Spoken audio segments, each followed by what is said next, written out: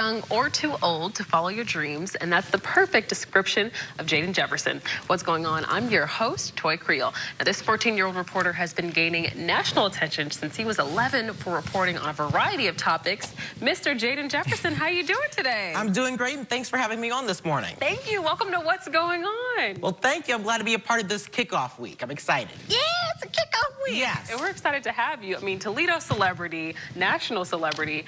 Tell us where your love for news first started.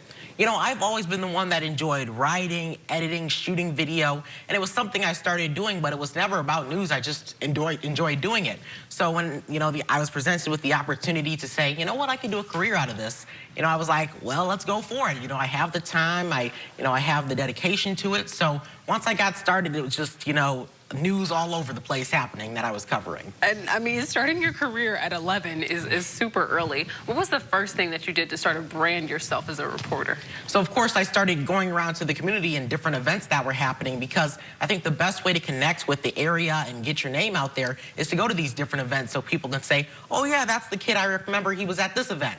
So that was how I got started. And now every time I go to an event, people, they already expect questions or an interview. So, that's kind of how I got started, and I still enjoy doing it to this day.